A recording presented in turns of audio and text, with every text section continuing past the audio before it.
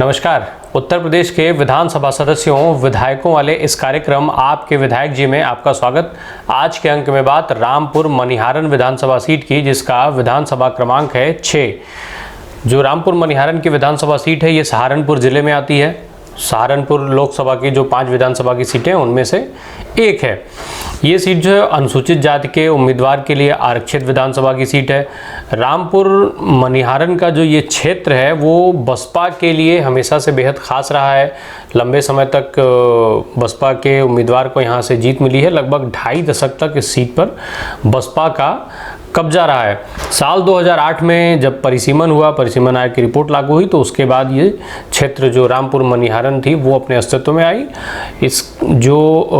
उसके बाद साल 2012 में यहाँ पहली बार विधानसभा का चुनाव हुआ।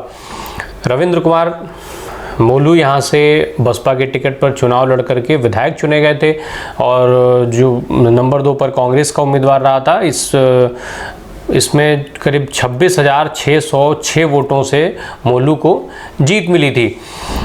इस चुनाव में जो बसपा के खाते में करीब 77,274 वोट आए थे, तो वहीं कांग्रेस के हिस्से में 50,668 वोट पड़े थे। समाजवादी पार्टी तीसरे नंबर पर रही थी और भारतीय जनता पार्टी चौथे नंबर पर रही थी। पर साल 2017 में जब चुनाव हुए तो चुनाव की परिस्थितियां पूरी तरीके से बदल गई। उस समय प्रदेश में भारतीय जनता पार्टी की एक लहर चल रही थी, जिसमें भारतीय जनता पार्टी को बम्पर जीत मिली थी और इस सीट पर भी भारतीय जनता पार्टी के उम्मीदवार को विजय मिली।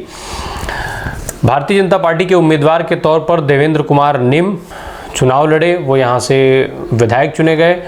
अब वर्तमान समय में वहाँ से विधायक हैं। हम नज़र डालते हैं जो इन विधायक और प्रत्याशियों का जो राजनीतिक सफ़र रहा है उनके ऊपर। तो देवेंद्र से शुरुआत होगी। देवेंद्र का जन्म 9 सितंबर 1974 को सहारनपुर के ज़िले में ही हुआ था। स्नातक की इन्होंने शिक्षा पाई और उसके बाद ये राजनीति में सक्रिय हो गए।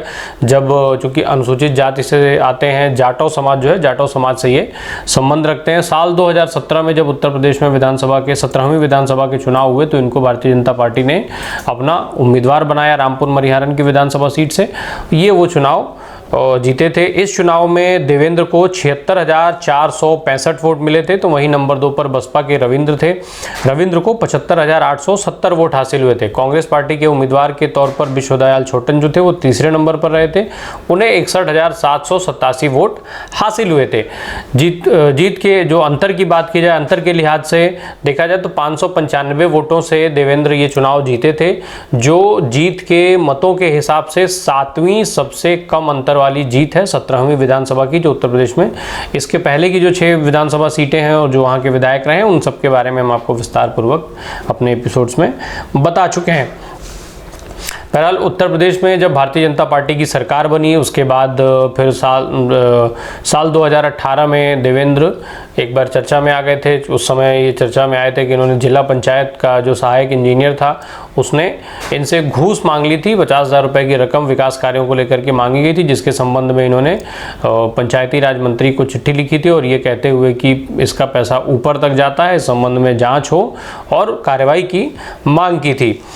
इसके अलावा राजेंद्र कुमार मोलू की बात की जाए तो 21 जुलाई 1969 को सहारनपुर के हसनपुर गांव में इनका जन्म हुआ। हाई स्कूल तक इन्होंने शिक्षा पाई। साल 2007 में ये नांगल की जो विधानसभा सीट है वहां से ये बसपा के टिकट पर चुनाव मैदान में उतरे थे, चुनाव लड़े थे, चुनाव जीत करके विधायक चुने गए थे। फिर इसके बाद चूँकि साल 2008 में परिसीमन हो गया और नांगल की सीट खत्म हो गई। इसके बाद 2012 में जब विधानसभा के चुनाव हुए तो बसपा ने इनको रामपुर मनिहारन की विधानसभा सीट से अपना उम्मीदवार बनाया। ये चुनाव वो जीते और दूसरी बार विधायक रहे। पर साल 2017 में जब विधानसभा के चुनाव हुए तो वो चुनाव ये जीत नहीं पाए, चुनाव हार गए। अक्टूबर 2019 में रविंद्र ने बसपा छोड़ करके भारतीय जनता पार्टी की सदस्यता ली थी। प्रदेश कार्यालय लखनऊ में उनकी ज्वाइनिंग हुई थी। अपने कई समर्थकों के साथ जो है उन्होंने भारतीय जनता पार्टी को ज्वाइन कर लिया। रविंद्र किसी समय में मायावती के बेहद करीबी माने जाते थे। रविंद्र को इस क्षेत्र का कद्दावर बसपा नेता के तौर पर उनको जाना जाता था। बसपा नेताओं में एक मजबूत उनकी पकड़ रही थी। 2 बार यहाँ से विधायक रहे थे। रविंद्र के ऊपर 7 राजनीतिक मुकदमे हैं। राजनीतिक मुकदमे चूँकि तमाम तरीके के नेताओं पर लगते रहते हैं, इसलिए इन मुकदमों को जो है, राजनीतिक मुकदमों को जनता बहुत महत्व नहीं देती है। सहारनपुर का जो बवाल कांड हुआ था उसमें भी इनका नाम आया था। ऐसे में अब जब 17वीं विधानसभा का कार्यकाल समाप्त हो रहा है, ये चुनाव लड़े थे, देवेंद्र के खिलाफ यही रविंद्र चुनाव लड़े थे, और अब ये दोनों लोग भारतीय जनता पार्टी में हैं। अब देखना ये होगा कि आगामी चुनाव जो विधानसभा के हैं 2022 में होने हैं, उन 2022 के चुनाव में भारतीय जनता पार्टी किसको अपना उम्मीदवार बनाती है, किसके ऊपर ज़्यादा भरोसा दिखा पाती है।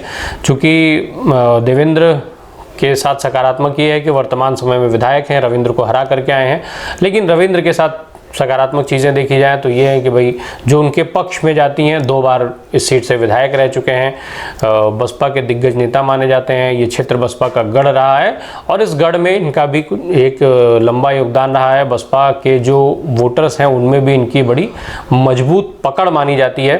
तो ये चीज़ें जो है इनको वरीयता दिलाती हैं, इनको वेटेज दिलाती हैं जो इनके पक्ष में जाती हैं। बहरहाल अब चुनाव में कौन प्रत्याशी होगा, भारतीय जनता पार्टी किसको टिकट देती है, ये तो आने वाला समय बताएगा। अब इसके लिए हमें चुनाव तक इंतज़ार करना होगा।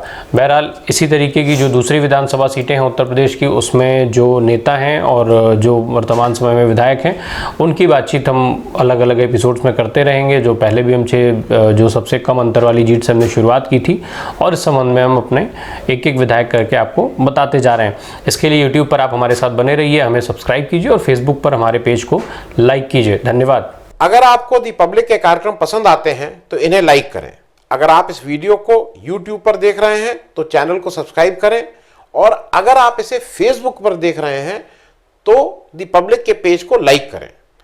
अगर आप चाहते हैं कि हम निष्पक्ष पत्रकारिता को जारी रखते हुए आपसे जुड़े मुद्दों पर सवाल उठाते रहें तो हमें सहयोग करें।